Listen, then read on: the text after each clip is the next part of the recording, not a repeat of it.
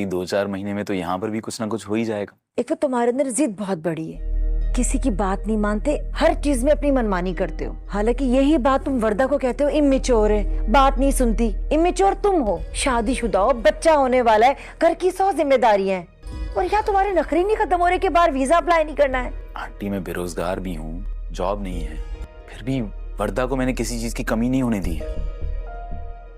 Job का होना या ना होना वो मेरा मसला है। वालेकुम अस्सलाम। घर पे नहीं है कोई? जोया है, अंदर नमाज पढ़ रही है। अम्मी आई है? अम्मी, आपने पढ़ ली नमाज? पढ़ ली। कौन सी नमाज पढ़ी इस वक्त? असर की। हाँ तो मैंने कहा पता कर लूँ ना, मगरिब की ना पढ़ ली हो। एक बात बताएं, आप हमेशा गलत ही समझते हैं ना मुझे। समोसे और जलेबियाँ खानी है? Hence proved. मुझे लगा आप मना कर देंगी। मतलब कि खाना है तो जाओ ना, प्लेटों में डाल के लाओ, काम शाम भी करो, या आप पूरी जिंदगी मुलाजमों से काम करवाना है? करती हूँ, काम आता है मुझे।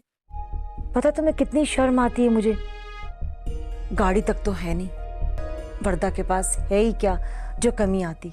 जब तुम बाइक पर आते हो, हमारे मोहल्ले में किसी के पास बाइक नहीं। उस वक्त तुम्हें कितना समझाया, कहा कि गाड़ी ले लो, लेकिन तुमने मना कर दिया। मेरी बच्ची की जिंदगी तो घर के अंदर महदूद होकर रह गई है। मगर खैर, अल्लाह भला करे इसके भाई का। जब से आई है वो इसे घुमाता है, फिराता है, इसका ख्याल रखता है। तुम्हें पता है, उस औरत ने मुझे कहा कि मैं अपने शौहर के साथ बेवफाई कर रही हूँ, और मुझे एहसास हुआ कि वो बिल्कुल ठीक कह रही है। उस औरत की जुर्रत की तुम्हें गाली दे। गाली नहीं है ये जामी। मुझे वहां पे आज बैठे एहसास हुआ है कि मैं अपने शौहर के साथ बहुत जुल्म कर रही हूँ। वो मुझ पे इतना एतमाद करता है और मैं। हम एक दूसरे से मोहब्बत करते हैं। मोहब्बत? कैसी मोहब्बत? मुझे तो समझ नहीं आ रही कि मैं इस मोहब्बत के बारे में क्या सोचूं और क्या समझूं। Go back to your wife जामी। अरे आप ही, आपको नहीं पता, वो इस हालत में हमेशा से रही है। उसको मैं अच्छा ही नहीं लगता। उसके लिए परफेक्ट हैं तो उसके वालिद साहब, उसके भाई साहब, शौहर हकीर कीड़ा जो कुछ भी करने के काबिल नहीं है। मैंने कह दिया है, अब उस घर में कोई फोन नहीं करेगा। वहां सुकून में, मैं यहां सुकून में, मुझे सुकून में रहने दे प्लीज। खैरियत है तो परेशान क्यों? झगड़ा हुआ है वर्दा से? उसके घर वालों के अजीब अजीब मुतालबात। मैं झगड़े के अलावा वर्दा के साथ मेरा होता क्या है? शिकों की एक लिस्ट जो कभी खत्म नहीं होती। मेरी बीवी को मुझसे ज्यादा अपने घर वालों की परवाह है। तो जॉब भी चली गई, तो जो बची कुछ इज्जत थी वो भी खत्म हो गई उनकी नजरों में। अल्लाह ताला बहुत बड़ा राज़िक है, तो हो जाएगी जॉब, वो तुम्हें रिस्क जरूर देगा। और अब तो देखो ना, तुम्हारी जिंदगी में एक नए मेहमान की आमद है, तुम उसकी कफील हो। अम्मी, मेरी बीवी मेरी बिल्कुल भी इज्जत नहीं करती। मेरी किसी भी कंट्रीब्यूशन की कोई मामूली सी भी कदर नहीं है उसकी आंखों में। मैं कुछ भी कर लूं उसके लिए काफी नहीं है। खाक कफील हूं मैं।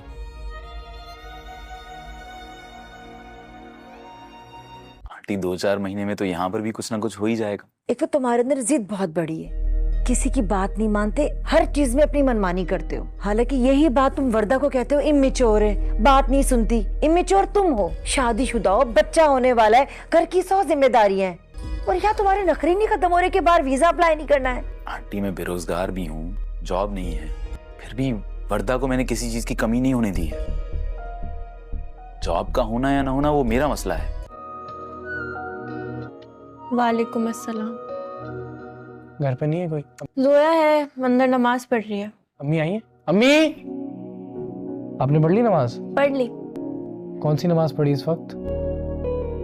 असर की। हाँ तो मैंने कहा पता कर लूँ ना, मगरिब की ना पढ़ ली हो। एक बात बताएं, आप हमेशा गलत ही समझते हैं ना मुझे। समोसे और जलेबियाँ खानी है? Hence proved. मुझे लगा आप मना कर देंगी।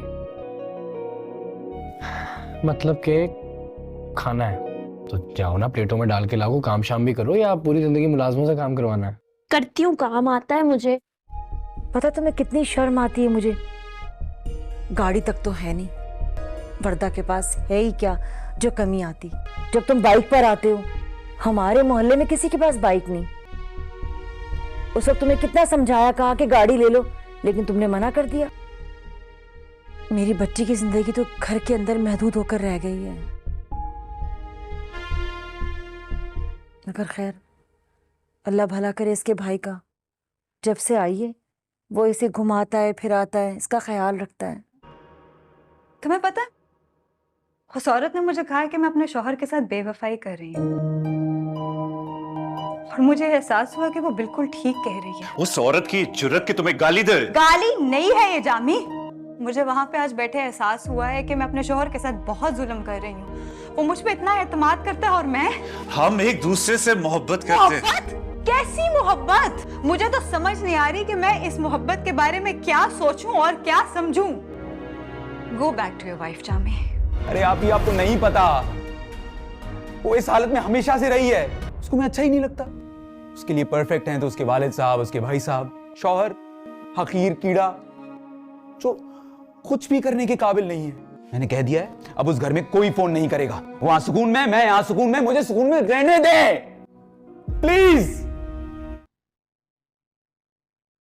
खैरियत है तो परेशान क्यों? झगड़ा हुआ है वर्दा से? उसके घर वालों के अजीब अजीब मुतालबात। मैं झगड़े के अलावा वर्दा के साथ मेरा होता क्या है?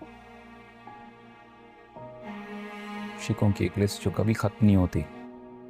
मेरी बीवी को मुझसे ज्यादा अपने घर वालों की परवाह है। तो जॉब भी चली गई, तो जो बची कुछ इज्जत थी वो भी खत्म हो गई उनकी नजरों में। अल्लाह ताला बहुत बड़ा राज़िक है, तो हो जाएगी जॉब। वो तुम्हें रिस्क जरूर देगा। और अब तो देखो ना, तुम्हारी जिंदगी में एक नए मेहमान की आमद है। तुम उसकी कफील हो। अम्मी, मेरी बीवी मेरी बिल्कुल भी इज्जत नहीं करती। मेरी किसी भी कंट्रीब्यूशन की कोई मामूली सी भी कदर नहीं है उसकी आंखों में। मैं कुछ भी कर लूं उसके लिए काफी नहीं है। खाक कफील हूं मैं।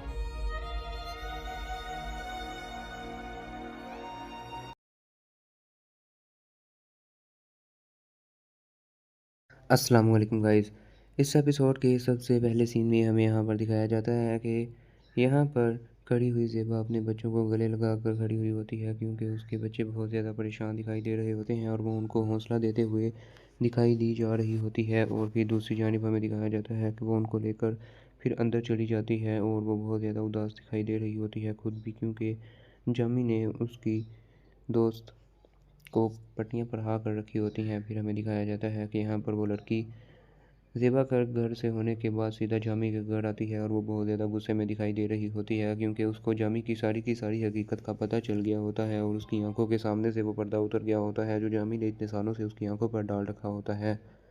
फिर हमें दिखाया जाता है, वो कहती है कि तुमने मुझसे सारी ज़िंदगी झूठ बोला और तुम मुझे ऐसा कहते रहे कि मेरा ये बिज़नेस है, वो बिज़नेस है।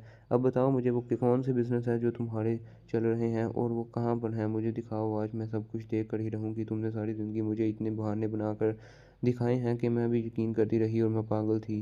तो ये सुनकर वो कहता है कि तुम्हें क्या हो गया है, तुम भी उस औरत की बातों में आ गई हो, उसने तुम्हें भी पट्टियाँ पढ़ा दी हैं। तो ये सुनकर वो कहती है कि उसने मुझे कोई पट्टियाँ नहीं पढ़ाई, उसने मुझे बहुत ज़्यादा सबक सिखा दिया है जो मैं इतने सालों से नहीं सीख सकी, वो उसने मुझे एक लम्हे में सिखा दिया है। तो ये सुनकर वो कहता है कि अच्छा तो क्या बताया उसने? तो वो कहती है कि मैं उसकी बातों पर यकीन क्यों ना करती। उसके बच्चे जॉब कर रहे हैं जामी, तुम्हारे होते हुए, उनके बाप के ज़िंदा होते हुए बच्चे जॉब कर रहे हैं, उनकी माँ जॉब कर रही है, सारी ज़िंदगी वो कमाती रही है, सारी ज़िंदगी उसने घर चलाया है। और तुमने क्या किया? सारी ज़िंदगी घर बैठ कर खाते रहे और मेरे साथ तुम फ्लर्टिंग करते रहे, और वो ये जानते हुए भी कि तुम मेरे साथ प्यार करते हो। वो चुप रही और उसने आज तक तुम्हें कुछ भी नहीं कहा। और उसने मुझे ये भी कहा कि तुम अपने शौहर के साथ बेवफ़ाई कर रही हो, और उसने मुझे ये सब कुछ बिल्कुल ठीक कहा है कि मैं अपने शौहर के साथ बेवफ़ाई कर रही हूँ। वो मेरी इतनी ज़्यादा केयर करता है, मेरे ऊपर इतना ज़्यादा एतबार करता है, और मैं इतनी पागल हूँ कि मैं तुम्हारी बातों में आ जाती हूँ और तुम्हारे ऊपर यकीन कर रही हूँ। मैं बहुत ज़्यादा गलत करती हूँ और मुझे आज अपने किरदार पर शर्म आ रही है और मैं अपनी नज़रों में ही आज गिर चुकी हूँ। तो ये सुनकर वो बहुत ज़्यादा हैरान और परेशान हो रहा होता है और वो कहती है कि अब से मैंने सोच लिया है कि मैं अपने शौहर को धोखा नहीं दूँगी, जिसके साथ मैंने अपनी सारी ज़िंदगी गुज़ारनी है, मैं उसी पर ही भरोसा करूँगी, उसके साथ अपनी ज़िंदगी गुज़ारूँगी और उसी की बात मानूँगी। और मैं बता रही हूँ आज के बाद हम मिला ही नहीं करेंगे ताकि ये सब कुछ हो ही ना।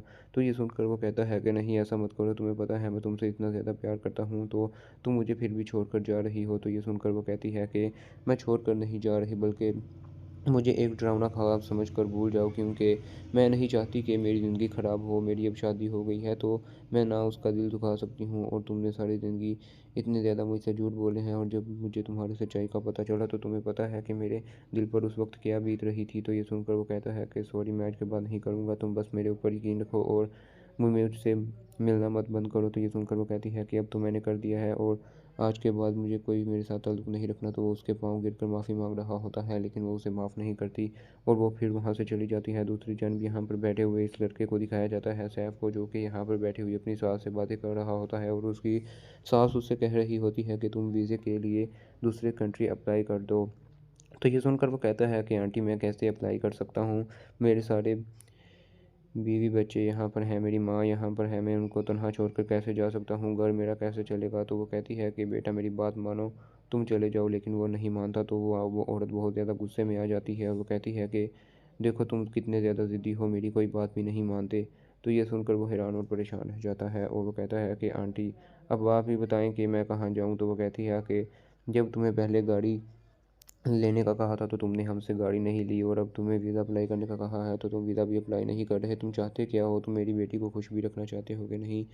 तो वो कहता है कि आंटी, वो जो चाहती है वह करती है और गाड़ी की उसे कोई फ़िक्र नहीं है। तो वो कहती है कि बेटा तुम बाइक पर आते हो और हमारे मोहल्ले में किसी के पास बाइक नहीं है, और जब तुम आते हो तो मुझे बहुत ज़्यादा दुःख होता है और मुझे बहुत ज़्यादा शर्म आती है कि मोहल्ले में हमारी क्या इज़्ज़त रह जाएगी, और लोग क्या सोचेंगे कि इतने बड़े, इतने ज़्यादा अमीर लोग हैं और उनका दामाद बाइक के ऊपर आता है। तो ये सुनकर वो परेशान रह जाता है। वो कहता है कि आंटी, मैंने आपकी बेटी को कभी किसी चीज़ की फ़िक्र करने की ज़रूरत नहीं पेश करने दी और ना ही उसे कोई काम बोला है। तो ये सुनकर वो फिर वहाँ पर वो लड़की खड़ी हो जाती है। वो कहती है कि मामा, मैंने आपको बोला था कि इन पर कोई असर नहीं होगा, ये अपनी बात ही मानेंगे, तो आप अब आपका भी कोई इनको बताने का फ़ायदा नहीं है, तो आप भी छोड़ दें, मत कहें कुछ इनको, इनको अपने हाथ पर ही छोड़ दें, जो ये चाहते हैं वो करने दें। तो वो कहती है कि बेटा देखो, वो अब यहाँ पर रह रही है और कल को नासिर की शादी हो जाएगी तो उसकी बीवी भी घर में आ जाएगी, और वो फिर 100 सवाल करेगी। मैं किस किस को जवाब दूँगी कि मेरी बेटी यहाँ पर क्यों बैठी है, और मैं किस किस को ये जवाब दूँगी कि मेरा दामाद जो है वो कोई नौकरी नहीं करता। तो वो कहता है कि देखें आंटी, मेरी जॉब नहीं है तो क्या हुआ, मैं अपनी बीवी की सारी ज़रूरियात तो पूरी कर रहा हूँ, उसे आज तक किसी चीज़ की कमी महसूस नहीं होने दी, तो आप फिर ऐसी बात तो ना करें। तो ये सुनकर वो कहती है कि बेटा क्यों ना करूँ, तुम मेरी बात ही नहीं मानते और तुम वर्दा को ज़िद्दी बोलते हो और ये कहते हो कि वो मेरी बात नहीं मानती, तो तुम कौन सा मेरी बात मान रहे हो, तुमने आज तक मेरी कोई बात नहीं मानी, मैं जब भी कोई बात करती हूँ तो तुम मेरी बात को टोक देते हो। तो ये सुनकर वो परेशान हो जाता है और फिर हमें दिखाया जाता है कि वो यहाँ पर फिर अपने घर आ जाता है और यहाँ पर बैठी हुई उसकी बहन उससे पूछती है कि भाई आप खाना खाएंगे। तो वो कहता है कि नहीं, मेरा मूड नहीं है। तो उसका रवैया देखकर उसकी बहन को शक हो जाता है कि ये कुछ इसके साथ हुआ है। तो वो यहाँ पर फिर अपने कमरे में आकर बैठ जाता है। तो फिर उसकी माँ भी उसके पीछे कमरे में आ जाती है और उसे आकर बातें करना शुरू कर देती है और वो बहुत ज़्यादा परेशान दिखाई दे रहा होता है। और फिर यहीं पर इस किस्त का इख्तिताम हो जाता है। आज के लिए बस इतना ही। अल्लाह हाफिज़। अस्सलाम वालेकुम गाइज़। इस एपिसोड के सबसे पहले सीन में हमें यहाँ पर दिखाया जाता है कि यहाँ पर खड़ी हुई ज़ेबा अपने बच्चों को गले लगा कर खड़ी हुई होती है, क्योंकि उसके बच्चे बहुत ज़्यादा परेशान दिखाई दे रहे होते हैं और वो उनको हौसला देते हुए दिखाई दी जा रही होती है। और फिर दूसरी जानिब हमें दिखाया जाता है कि वो उनको लेकर फिर अंदर चली जाती है और वो बहुत ज़्यादा उदास दिखाई दे रही होती है खुद भी, क्योंकि जामी ने उसकी दोस्त को पट्टियाँ पढ़ा कर रखी होती हैं। फिर हमें दिखाया जाता है कि यहाँ पर वो लड़की ज़ेबा का घर से होने के बाद सीधा जामी के घर आती है और वो बहुत ज़्यादा गुस्से में दिखाई दे रही होती है, क्योंकि उसको जामी की सारी हकीकत का पता चल गया होता है और उसकी आंखों के सामने से वो पर्दा उतर गया होता है जो जामी ने इतने सालों से उसकी आंखों पर डाल रखा होता है।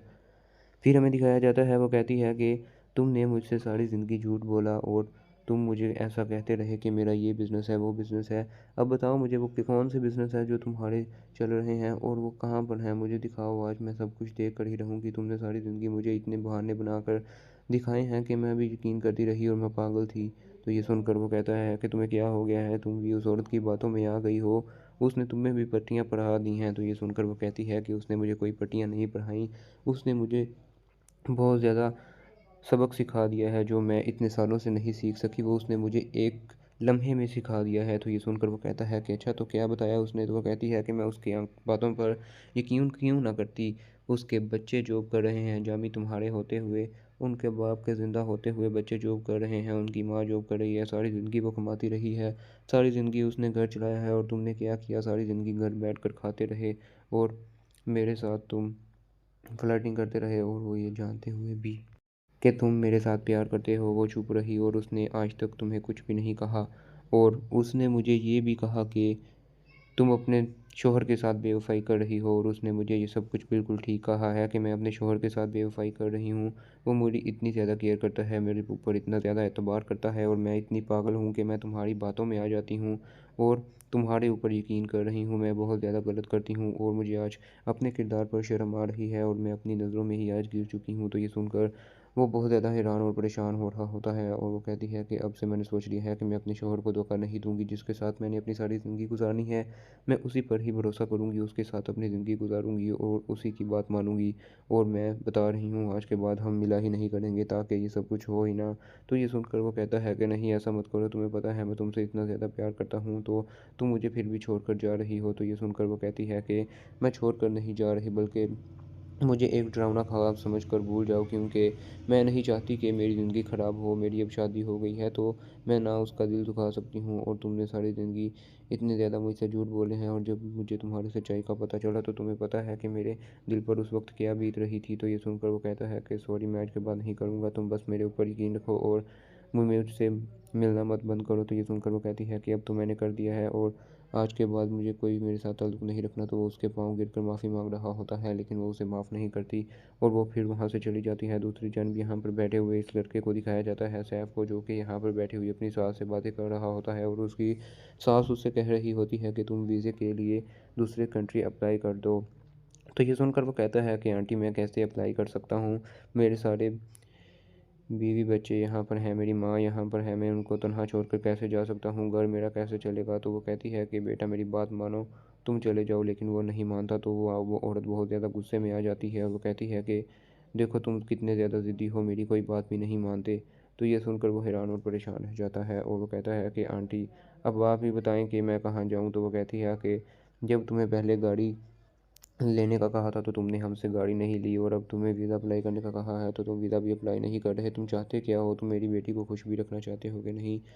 तो वो कहता है कि आंटी, वो जो चाहती है वह करती है, और गाड़ी की उसे कोई फ़िक्र नहीं है। तो वो कहती है कि बेटा, तुम बाइक पर आते हो, और हमारे मोहल्ले में किसी के पास बाइक नहीं है, और जब तुम आते हो तो मुझे बहुत ज़्यादा दुःख होता है, और मुझे बहुत ज़्यादा शर्म आती है कि मोहल्ले में हमारी क्या इज़्ज़त रह जाएगी, और लोग क्या सोचेंगे कि इतने बड़े, इतने ज़्यादा अमीर लोग हैं और उनका दामाद बाइक के ऊपर आता है। तो ये सुनकर वो परेशान रह जाता है। वो कहता है कि आंटी, मैंने आपकी बेटी को कभी किसी चीज़ की फ़िक्र करने की ज़रूरत नहीं पेश करने दी, और ना ही उसे कोई काम बोला है। तो ये सुनकर वो फिर वहाँ पर वो लड़की खड़ी हो जाती है। वो कहती है कि मामा, मैंने आपको बोला था कि इन पर कोई असर नहीं होगा, ये अपनी बात ही मानेंगे, तो आप अब आपका भी कोई इनको बताने का फ़ायदा नहीं है, तो आप भी छोड़ दें, मत कहें कुछ इनको, इनको अपने हाथ पर ही छोड़ दें, जो ये चाहते हैं वो करने दें।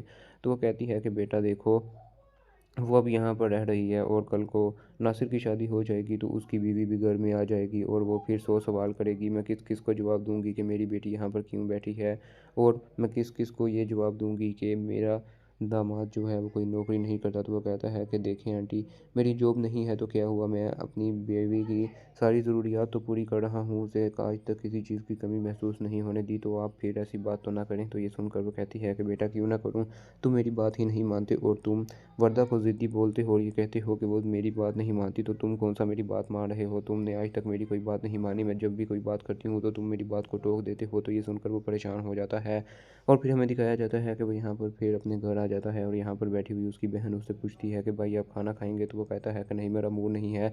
तो उसका रवैया देखकर उसकी बहन को शक हो जाता है कि ये कुछ इसके साथ हुआ है, तो वो यहाँ पर फिर अपने कमरे में आकर बैठ जाता है। तो फिर उसकी माँ भी उसके पीछे कमरे में आ जाती है, और उसे आकर बातें करना शुरू कर देती है, और वो बहुत ज़्यादा परेशान दिखाई दे रहा होता है, और फिर यहीं पर इस किस्त का इख्तिताम हो जाता है। आज के लिए बस इतना ही। अल्लाह हाफिज़। अस्सलाम वालेकुम गाइज़, इस एपिसोड के सबसे पहले सीन में हमें यहाँ पर दिखाया जाता है कि यहाँ पर खड़ी हुई ज़ेबा अपने बच्चों को गले लगाकर खड़ी हुई होती है क्योंकि उसके बच्चे बहुत ज़्यादा परेशान दिखाई दे रहे होते हैं और वो उनको हौसला देते हुए दिखाई दी जा रही होती है। और फिर दूसरी जानिब हमें दिखाया जाता है कि वो उनको लेकर फिर अंदर चली जाती है और वो बहुत ज़्यादा उदास दिखाई दे रही होती है खुद भी, क्योंकि जामी ने उसकी दोस्त को पट्टियाँ पढ़ा कर रखी होती हैं। फिर हमें दिखाया जाता है कि यहाँ पर वो लड़की ज़ेबा का घर से होने के बाद सीधा जामी के घर आती है और वो बहुत ज़्यादा गुस्से में दिखाई दे रही होती है क्योंकि उसको जामी की सारी हकीकत का पता चल गया होता है और उसकी आंखों के सामने से वो पर्दा उतर गया होता है जो जामी ने इतने सालों से उसकी आंखों पर डाल रखा होता है। फिर हमें दिखाया जाता है, वो कहती है कि तुमने मुझसे सारी ज़िंदगी झूठ बोला और तुम मुझे ऐसा कहते रहे कि मेरा ये बिज़नेस है वो बिज़नेस है। अब बताओ मुझे वो कौन से बिज़नेस है जो तुम्हारे चल रहे हैं और वो कहाँ पर हैं, मुझे दिखाओ, आज मैं सब कुछ देख कर ही रहूँगी। तुमने सारी ज़िंदगी मुझे इतने बहाने बनाकर दिखाए हैं कि मैं भी यकीन करती रही और मैं पागल थी। तो ये सुनकर वो कहता है कि तुम्हें क्या हो गया है, तुम भी उस औरत की बातों में आ गई हो, उसने तुम्हें भी पट्टियाँ पढ़ा दी हैं। तो ये सुनकर वो कहती है कि उसने मुझे कोई पट्टियाँ नहीं पढ़ाई, उसने मुझे बहुत ज़्यादा सबक सिखा दिया है जो मैं इतने सालों से नहीं सीख सकी, वो उसने मुझे एक लम्हे में सिखा दिया है। तो ये सुनकर वो कहता है कि अच्छा तो क्या बताया उसने। तो वो कहती है कि मैं उसकी बातों पर यकीन क्यों ना करती, उसके बच्चे जॉब कर रहे हैं जामी तुम्हारे होते हुए, उनके बाप के ज़िंदा होते हुए बच्चे जॉब कर रहे हैं, उनकी माँ जॉब कर रही है, सारी ज़िंदगी वो कमाती रही है, सारी ज़िंदगी उसने घर चलाया है और तुमने क्या किया, सारी ज़िंदगी घर बैठ कर खाते रहे और मेरे साथ तुम फ्लर्टिंग करते रहे और वो ये जानते हुए भी कि तुम मेरे साथ प्यार करते हो। वो चुप रही और उसने आज तक तुम्हें कुछ भी नहीं कहा और उसने मुझे ये भी कहा कि तुम अपने शोहर के साथ बेवफ़ाई कर रही हो और उसने मुझे ये सब कुछ बिल्कुल ठीक कहा है कि मैं अपने शोहर के साथ बेवफ़ाई कर रही हूँ। वो मेरी इतनी ज़्यादा केयर करता है, मेरे ऊपर इतना ज़्यादा एतबार करता है और मैं इतनी पागल हूँ कि मैं तुम्हारी बातों में आ जाती हूँ और तुम्हारे ऊपर यकीन कर रही हूँ। मैं बहुत ज़्यादा गलत करती हूँ और मुझे आज अपने किरदार पर शर्म आ रही है और मैं अपनी नज़रों में ही आज गिर चुकी हूँ। तो ये सुनकर वो बहुत ज़्यादा हैरान और परेशान हो रहा होता है और वो कहती है कि अब से मैंने सोच लिया है कि मैं अपने शोहर को धोखा नहीं दूँगी, जिसके साथ मैंने अपनी सारी ज़िंदगी गुज़ारनी है, मैं उसी पर ही भरोसा करूँगी, उसके साथ अपनी ज़िंदगी गुज़ारूँगी और उसी की बात मानूँगी और मैं बता रही हूँ आज के बाद हम मिला ही नहीं करेंगे ताकि ये सब कुछ हो ही ना। तो ये सुनकर वो कहता है कि नहीं ऐसा मत करो, तुम्हें पता है मैं तुमसे इतना ज़्यादा प्यार करता हूँ तो तुम मुझे फिर भी छोड़ कर जा रही हो। तो ये सुनकर वो कहती है कि मैं छोड़ कर नहीं जा रही, बल्कि मुझे एक डरावना ख्वाब समझकर भूल जाओ, क्योंकि मैं नहीं चाहती कि मेरी ज़िंदगी ख़राब हो। मेरी अब शादी हो गई है तो मैं ना उसका दिल दुखा सकती हूँ और तुमने सारी ज़िंदगी इतने ज़्यादा मुझसे झूठ बोले हैं और जब मुझे तुम्हारी सच्चाई का पता चला तो तुम्हें पता है कि मेरे दिल पर उस वक्त क्या बीत रही थी। तो ये सुनकर वो कहता है कि सॉरी, मैं आज के बाद नहीं करूँगा, तुम बस मेरे ऊपर यकीन रखो और मुझसे मिलना मत बंद करो। तो ये सुनकर वो कहती है कि अब तो मैंने कर दिया है और आज के बाद मुझे कोई मेरे साथ ताल्लुक़ नहीं रखना। तो वो उसके पाँव गिरकर माफ़ी मांग रहा होता है लेकिन वो उसे माफ़ नहीं करती और वो फिर वहाँ से चली जाती है। दूसरी जानब यहाँ पर बैठे हुए इस लड़के को दिखाया जाता है, सैफ को, जो कि यहाँ पर बैठी हुई अपनी सास से बातें कर रहा होता है और उसकी सास उससे कह रही होती है कि तुम वीज़े के लिए दूसरे कंट्री अप्लाई कर दो।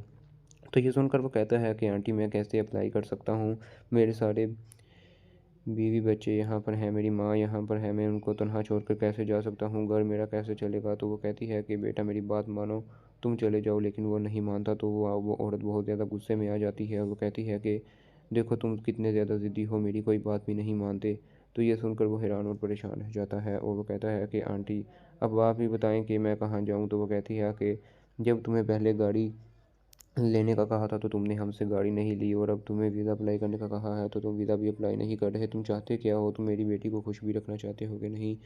तो वो कहता है कि आंटी वो जो चाहती है वह करती है और गाड़ी की उसे कोई फ़िक्र नहीं है। तो वो कहती है कि बेटा तुम बाइक पर आते हो और हमारे मोहल्ले में किसी के पास बाइक नहीं है और जब तुम आते हो तो मुझे बहुत ज़्यादा दुख होता है और मुझे बहुत ज़्यादा शर्म आती है कि मोहल्ले में हमारी क्या इज़्ज़त रह जाएगी और लोग क्या सोचेंगे कि इतने बड़े इतने ज़्यादा अमीर लोग हैं और उनका दामाद बाइक के ऊपर आता है। तो ये सुनकर वो परेशान रह जाता है। वो कहता है कि आंटी मैंने आपकी बेटी को कभी किसी चीज़ की फ़िक्र करने की ज़रूरत नहीं पेश करने दी और ना ही उसे कोई काम बोला है। तो ये सुनकर वो फिर वहाँ पर वो लड़की खड़ी हो जाती है। वो कहती है कि मामा मैंने आपको बोला था कि इन पर कोई असर नहीं होगा, ये अपनी बात ही मानेंगे, तो आप अब आपका भी कोई इनको बताने का फ़ायदा नहीं है, तो आप भी छोड़ दें, मत कहें कुछ इनको, इनको अपने हाथ पर ही छोड़ दें, जो ये चाहते हैं वो करने दें।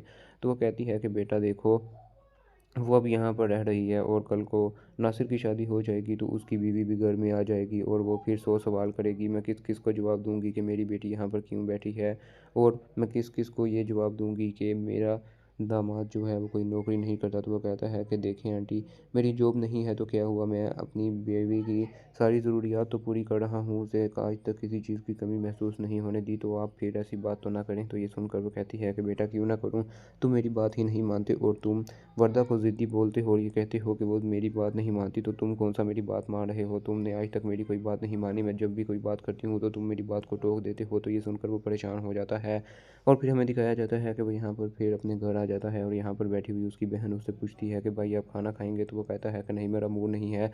तो उसका रवैया देखकर उसकी बहन को शक हो जाता है कि ये कुछ इसके साथ हुआ है, तो वो यहाँ पर फिर अपने कमरे में आकर बैठ जाता है। तो फिर उसकी माँ भी उसके पीछे कमरे में आ जाती है और उसे आकर बातें करना शुरू कर देती है और वो बहुत ज़्यादा परेशान दिखाई दे रहा होता है और फिर यहीं पर इस किस्त का इख्तिताम हो जाता है। आज के लिए बस इतना ही। अल्लाह हाफिज़। अस्सलाम वालेकुम गाइस। इस एपिसोड के सबसे पहले सीन में हमें यहाँ पर दिखाया जाता है कि यहाँ पर खड़ी हुई ज़ेबा अपने बच्चों को गले लगा कर खड़ी हुई होती है, क्योंकि उसके बच्चे बहुत ज़्यादा परेशान दिखाई दे रहे होते हैं और वो उनको हौसला देते हुए दिखाई दी जा रही होती है। और फिर दूसरी जानिब हमें दिखाया जाता है कि वो उनको लेकर फिर अंदर चली जाती है और वो बहुत ज़्यादा उदास दिखाई दे रही होती है खुद भी, क्योंकि जामी ने उसकी दोस्त को पट्टियाँ पढ़ा कर रखी होती हैं। फिर हमें दिखाया जाता है कि यहाँ पर वो लड़की ज़ेबा का घर से होने के बाद सीधा जामी के घर आती है और वो बहुत ज़्यादा गुस्से में दिखाई दे रही होती है, क्योंकि उसको जामी की सारी हकीकत का पता चल गया होता है और उसकी आंखों के सामने से वो पर्दा उतर गया होता है जो जामी ने इतने सालों से उसकी आंखों पर डाल रखा होता है। फिर हमें दिखाया जाता है, वो कहती है कि तुमने मुझसे सारी ज़िंदगी झूठ बोला और तुम मुझे ऐसा कहते रहे कि मेरा ये बिज़नेस है वो बिज़नेस है। अब बताओ मुझे वो कौन से बिज़नेस है जो तुम्हारे चल रहे हैं और वो कहाँ पर हैं, मुझे दिखाओ, आज मैं सब कुछ देख कर ही रहूँगी। तुमने सारी ज़िंदगी मुझे इतने बहाने बनाकर दिखाए हैं कि मैं भी यकीन करती रही और मैं पागल थी। तो ये सुनकर वो कहता है कि तुम्हें क्या हो गया है, तुम भी उस औरत की बातों में आ गई हो, उसने तुम्हें भी पट्टियाँ पढ़ा दी हैं। तो ये सुनकर वो कहती है कि उसने मुझे कोई पट्टियाँ नहीं पढ़ाई, उसने मुझे बहुत ज़्यादा सबक सिखा दिया है जो मैं इतने सालों से नहीं सीख सकी, वो उसने मुझे एक लम्हे में सिखा दिया है। तो ये सुनकर वो कहता है कि अच्छा तो क्या बताया उसने। तो वो कहती है कि मैं उसकी बातों पर यकीन क्यों ना करती, उसके बच्चे जॉब कर रहे हैं जामी तुम्हारे होते हुए, उनके बाप के ज़िंदा होते हुए बच्चे जॉब कर रहे हैं, उनकी माँ जॉब कर रही है, सारी ज़िंदगी वो कमाती रही है, सारी ज़िंदगी उसने घर चलाया है और तुमने क्या किया, सारी ज़िंदगी घर बैठ कर खाते रहे और मेरे साथ तुम फ्लर्टिंग करते रहे, और वो ये जानते हुए भी कि तुम मेरे साथ प्यार करते हो वो चुप रही और उसने आज तक तुम्हें कुछ भी नहीं कहा। और उसने मुझे ये भी कहा कि तुम अपने शोहर के साथ बेवफ़ाई कर रही हो, और उसने मुझे ये सब कुछ बिल्कुल ठीक कहा है कि मैं अपने शोहर के साथ बेवफ़ाई कर रही हूँ।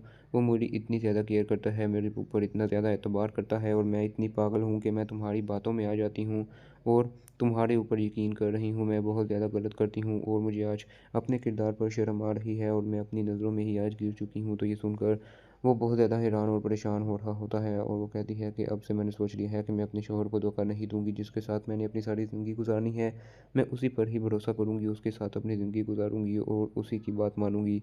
और मैं बता रही हूँ आज के बाद हम मिला ही नहीं करेंगे ताकि ये सब कुछ हो ही ना।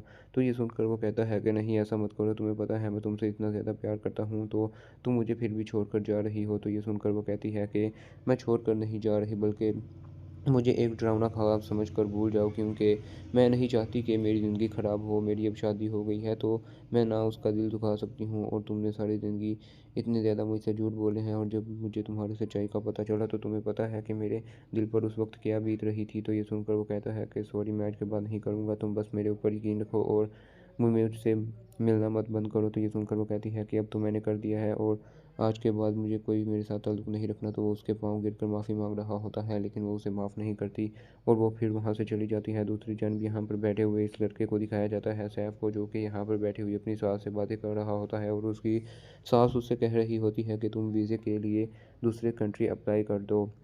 तो ये सुनकर वो कहता है कि आंटी मैं कैसे अप्लाई कर सकता हूँ, मेरे सारे बीवी बच्चे यहाँ पर हैं, मेरी माँ यहाँ पर है, मैं उनको तनहा छोड़कर कैसे जा सकता हूँ, घर मेरा कैसे चलेगा। तो वो कहती है कि बेटा मेरी बात मानो, तुम चले जाओ, लेकिन वो नहीं मानता। तो वो औरत बहुत ज़्यादा गुस्से में आ जाती है और वो कहती है कि देखो तुम कितने ज़्यादा ज़िद्दी हो, मेरी कोई बात भी नहीं मानते।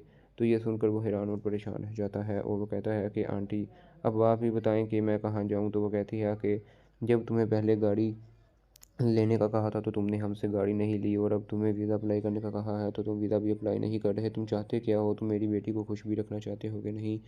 तो वो कहता है कि आंटी वो जो चाहती है वह वो करती है, और गाड़ी की उसे कोई फ़िक्र नहीं है। तो वो कहती है कि बेटा तुम बाइक पर आते हो और हमारे मोहल्ले में किसी के पास बाइक नहीं है, और जब तुम आते हो तो मुझे बहुत ज़्यादा दुख होता है, और मुझे बहुत ज़्यादा शर्म आती है कि मोहल्ले में हमारी क्या इज़्ज़त रह जाएगी, और लोग क्या सोचेंगे कि इतने बड़े इतने ज़्यादा अमीर लोग हैं और उनका दामाद बाइक के ऊपर आता है। तो ये सुनकर वो परेशान रह जाता है। वो कहता है कि आंटी मैंने आपकी बेटी को कभी किसी चीज़ की फ़िक्र करने की ज़रूरत नहीं पेश करने दी, और ना ही उसे कोई काम बोला है। तो ये सुनकर वो फिर वहाँ पर वो लड़की खड़ी हो जाती है। वो कहती है कि मामा मैंने आपको बोला था कि इन पर कोई असर नहीं होगा, ये अपनी बात ही मानेंगे। तो आप अब आपका भी कोई इनको बताने का फ़ायदा नहीं है, तो आप भी छोड़ दें, मत कहें कुछ इनको, इनको अपने हाथ पर ही छोड़ दें, जो ये चाहते हैं वो करने दें। तो वो कहती है कि बेटा देखो, वो अब यहाँ पर रह रही है और कल को नासिर की शादी हो जाएगी तो उसकी बीवी भी घर में आ जाएगी, और वो फिर 100 सवाल करेगी। मैं किस किस को जवाब दूँगी कि मेरी बेटी यहाँ पर क्यों बैठी है, और मैं किस किस को ये जवाब दूँगी कि मेरा दामाद जो है वो कोई नौकरी नहीं करता। तो वो कहता है कि देखें आंटी, मेरी जॉब नहीं है तो क्या हुआ, मैं अपनी बीवी की सारी ज़रूरियात तो पूरी कर रहा हूँ, उसे आज तक किसी चीज़ की कमी महसूस नहीं होने दी। तो आप फिर ऐसी बात तो ना करें। तो ये सुनकर वो कहती है कि बेटा क्यों ना करूँ, तुम मेरी बात ही नहीं मानते, और तुम वर्दा को ज़िद्दी बोलते हो और ये कहते हो कि वो मेरी बात नहीं मानती, तो तुम कौन सा मेरी बात मान रहे हो? तुमने आज तक मेरी कोई बात नहीं मानी। मैं जब भी कोई बात करती हूँ तो तुम मेरी बात को टोक देते हो। तो ये सुनकर वो परेशान हो जाता है, और फिर हमें दिखाया जाता है कि वो यहाँ पर फिर अपने घर आ जाता है, और यहाँ पर बैठी हुई उसकी बहन उससे पूछती है कि भाई आप खाना खाएंगे? तो वो कहता है कि नहीं मेरा मूड नहीं है। तो उसका रवैया देखकर उसकी बहन को शक हो जाता है कि ये कुछ इसके साथ हुआ है। तो वो यहाँ पर फिर अपने कमरे में आकर बैठ जाता है। तो फिर उसकी माँ भी उसके पीछे कमरे में आ जाती है और उसे आकर बातें करना शुरू कर देती है, और वो बहुत ज़्यादा परेशान दिखाई दे रहा होता है। और फिर यहीं पर इस किस्त का इख्तिताम हो जाता है। आज के लिए बस इतना ही। अल्लाह हाफिज़। अस्सलाम वालेकुम गाइस। इस एपिसोड के सबसे पहले सीन में हमें यहाँ पर दिखाया जाता है कि यहाँ पर खड़ी हुई ज़ेबा अपने बच्चों को गले लगा कर खड़ी हुई होती है, क्योंकि उसके बच्चे बहुत ज़्यादा परेशान दिखाई दे रहे होते हैं और वो उनको हौसला देते हुए दिखाई दी जा रही होती है। और फिर दूसरी जानिब हमें दिखाया जाता है कि वो उनको लेकर फिर अंदर चली जाती है, और वो बहुत ज़्यादा उदास दिखाई दे रही होती है खुद भी, क्योंकि जामी ने उसकी दोस्त को पट्टियाँ पढ़ा कर रखी होती हैं। फिर हमें दिखाया जाता है कि यहाँ पर वो लड़की ज़ेबा का घर से होने के बाद सीधा जामी के घर आती है, और वो बहुत ज़्यादा गुस्से में दिखाई दे रही होती है, क्योंकि उसको जामी की सारी हकीकत का पता चल गया होता है, और उसकी आंखों के सामने से वो पर्दा उतर गया होता है जो जामी ने इतने सालों से उसकी आंखों पर डाल रखा होता है। फिर हमें दिखाया जाता है, वो कहती है कि तुमने मुझसे सारी ज़िंदगी झूठ बोला, और तुम मुझे ऐसा कहते रहे कि मेरा ये बिज़नेस है वो बिज़नेस है। अब बताओ मुझे वो कौन से बिज़नेस है जो तुम्हारे चल रहे हैं, और वो कहाँ पर हैं? मुझे दिखाओ, आज मैं सब कुछ देख कर ही रहूँगी। तुमने सारी ज़िंदगी मुझे इतने बहाने बनाकर दिखाए हैं कि मैं भी यकीन करती रही और मैं पागल थी। तो ये सुनकर वो कहता है कि तुम्हें क्या हो गया है? तुम भी उस औरत की बातों में आ गई हो, उसने तुम्हें भी पट्टियाँ पढ़ा दी हैं। तो ये सुनकर वो कहती है कि उसने मुझे कोई पट्टियाँ नहीं पढ़ाई, उसने मुझे बहुत ज़्यादा सबक सिखा दिया है जो मैं इतने सालों से नहीं सीख सकी, वो उसने मुझे एक लम्हे में सिखा दिया है। तो ये सुनकर वो कहता है कि अच्छा तो क्या बताया उसने? तो वो कहती है कि मैं उसकी बातों पर यकीन क्यों ना करती। उसके बच्चे जॉब कर रहे हैं जामी तुम्हारे होते हुए, उनके बाप के ज़िंदा होते हुए बच्चे जॉब कर रहे हैं, उनकी माँ जॉब कर रही है, सारी ज़िंदगी वो कमाती रही है, सारी ज़िंदगी उसने घर चलाया है, और तुमने क्या किया? सारी ज़िंदगी घर बैठ कर खाते रहे और मेरे साथ तुम फ्लर्टिंग करते रहे, और वो ये जानते हुए भी कि तुम मेरे साथ प्यार करते हो वो चुप रही, और उसने आज तक तुम्हें कुछ भी नहीं कहा। और उसने मुझे ये भी कहा कि तुम अपने शौहर के साथ बेवफ़ाई कर रही हो, और उसने मुझे ये सब कुछ बिल्कुल ठीक कहा है कि मैं अपने शौहर के साथ बेवफ़ाई कर रही हूँ। वो मेरी इतनी ज़्यादा केयर करता है, मेरे ऊपर इतना ज़्यादा एतबार करता है, और मैं इतनी पागल हूँ कि मैं तुम्हारी बातों में आ जाती हूँ और तुम्हारे ऊपर यकीन कर रही हूँ। मैं बहुत ज़्यादा गलत करती हूँ, और मुझे आज अपने किरदार पर शर्म आ रही है, और मैं अपनी नज़रों में ही आज गिर चुकी हूँ। तो ये सुनकर वो बहुत ज़्यादा हैरान और परेशान हो रहा होता है, और वो कहती है कि अब से मैंने सोच लिया है कि मैं अपने शौहर को धोखा नहीं दूँगी, जिसके साथ मैंने अपनी सारी ज़िंदगी गुज़ारनी है मैं उसी पर ही भरोसा करूँगी, उसके साथ अपनी ज़िंदगी गुज़ारूँगी और उसी की बात मानूँगी। और मैं बता रही हूँ आज के बाद हम मिला ही नहीं करेंगे, ताकि ये सब कुछ हो ही ना। तो ये सुनकर वो कहता है कि नहीं ऐसा मत करो, तुम्हें पता है मैं तुमसे इतना ज़्यादा प्यार करता हूँ, तो तुम मुझे फिर भी छोड़ कर जा रही हो। तो ये सुनकर वो कहती है कि मैं छोड़ कर नहीं जा रही, बल्कि मुझे एक डरावना ख्वाब समझकर भूल जाओ, क्योंकि मैं नहीं चाहती कि मेरी ज़िंदगी ख़राब हो। मेरी अब शादी हो गई है तो मैं ना उसका दिल दुखा सकती हूँ, और तुमने सारी ज़िंदगी इतने ज़्यादा मुझसे झूठ बोले हैं, और जब मुझे तुम्हारी सच्चाई का पता चला तो तुम्हें पता है कि मेरे दिल पर उस वक्त क्या बीत रही थी। तो ये सुनकर वो कहता है कि सॉरी, मैं आज के बाद नहीं करूँगा, तुम बस मेरे ऊपर यकीन रखो और मुझसे मिलना मत बंद करो। तो ये सुनकर वो कहती है कि अब तो मैंने कर दिया है, और आज के बाद मुझे कोई मेरे साथ ताल्लुक़ नहीं रखना। तो वो उसके पाँव गिरकर माफ़ी मांग रहा होता है, लेकिन वो उसे माफ़ नहीं करती, और वो फिर वहाँ से चली जाती है। दूसरी जानब यहाँ पर बैठे हुए इस लड़के को दिखाया जाता है, सैफ को, जो कि यहाँ पर बैठी हुई अपनी सास से बातें कर रहा होता है, और उसकी सास उससे कह रही होती है कि तुम वीज़े के लिए दूसरे कंट्री अप्लाई कर दो। तो ये सुनकर वो कहता है कि आंटी, मैं कैसे अप्लाई कर सकता हूँ, मेरे सारे बीवी बच्चे यहाँ पर हैं, मेरी माँ यहाँ पर है, मैं उनको तनहा छोड़कर कैसे जा सकता हूँ, घर मेरा कैसे चलेगा। तो वो कहती है कि बेटा मेरी बात मानो, तुम चले जाओ। लेकिन वो नहीं मानता, तो वो औरत बहुत ज़्यादा गुस्से में आ जाती है, और वो कहती है कि देखो तुम कितने ज़्यादा ज़िद्दी हो, मेरी कोई बात भी नहीं मानते। तो ये सुनकर वो हैरान और परेशान रह जाता है, और वो कहता है कि आंटी अब आप ही बताएं कि मैं कहाँ जाऊँ। तो वो कहती है कि जब तुम्हें पहले गाड़ी लेने का कहा था तो तुमने हमसे गाड़ी नहीं ली, और अब तुम्हें वीज़ा अप्लाई करने का कहा है तो तुम वीज़ा भी अप्लाई नहीं कर रहे। तुम चाहते क्या हो, तुम मेरी बेटी को खुश भी रखना चाहते हो कि नहीं।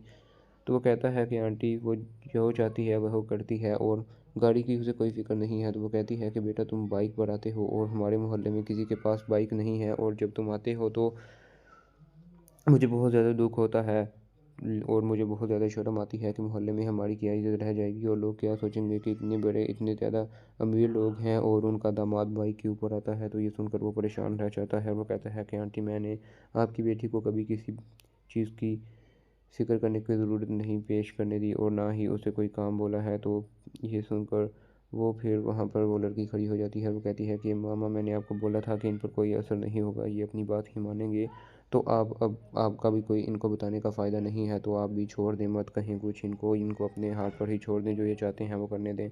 तो वो कहती है कि बेटा देखो, वो अब यहाँ पर रह रही है, और कल को नासिर की शादी हो जाएगी तो उसकी बीवी भी घर में आ जाएगी, और वो फिर 100 सवाल करेगी। मैं किस किस को जवाब दूंगी कि मेरी बेटी यहाँ पर क्यों बैठी है, और मैं किस किस को ये जवाब दूंगी कि मेरा दामाद जो है वो कोई नौकरी नहीं करता। तो वो कहता है कि देखें आंटी, मेरी जॉब नहीं है तो क्या हुआ, मैं अपनी बीवी की सारी ज़रूरियात तो पूरी कर रहा हूँ, उसे आज तक किसी चीज़ की कमी महसूस नहीं होने दी, तो आप फिर ऐसी बात तो ना करें। तो ये सुनकर वो कहती है कि बेटा क्यों ना करूँ, तुम मेरी बात ही नहीं मानते, और तुम वर्दा को ज़िद्दी बोलते हो और ये कहते हो कि वो मेरी बात नहीं मानती, तो तुम कौन सा मेरी बात मान रहे हो, तुमने आज तक मेरी कोई बात नहीं मानी, मैं जब भी कोई बात करती हूँ तो तुम मेरी बात को टोक देते हो। तो ये सुनकर वो परेशान हो जाता है, और फिर हमें दिखाया जाता है कि वो यहाँ पर फिर अपने घर आ जाता है, और यहाँ पर बैठी हुई उसकी बहन उससे पूछती है कि भाई आप खाना खाएंगे। तो वो कहता है कि नहीं मेरा मूड नहीं है।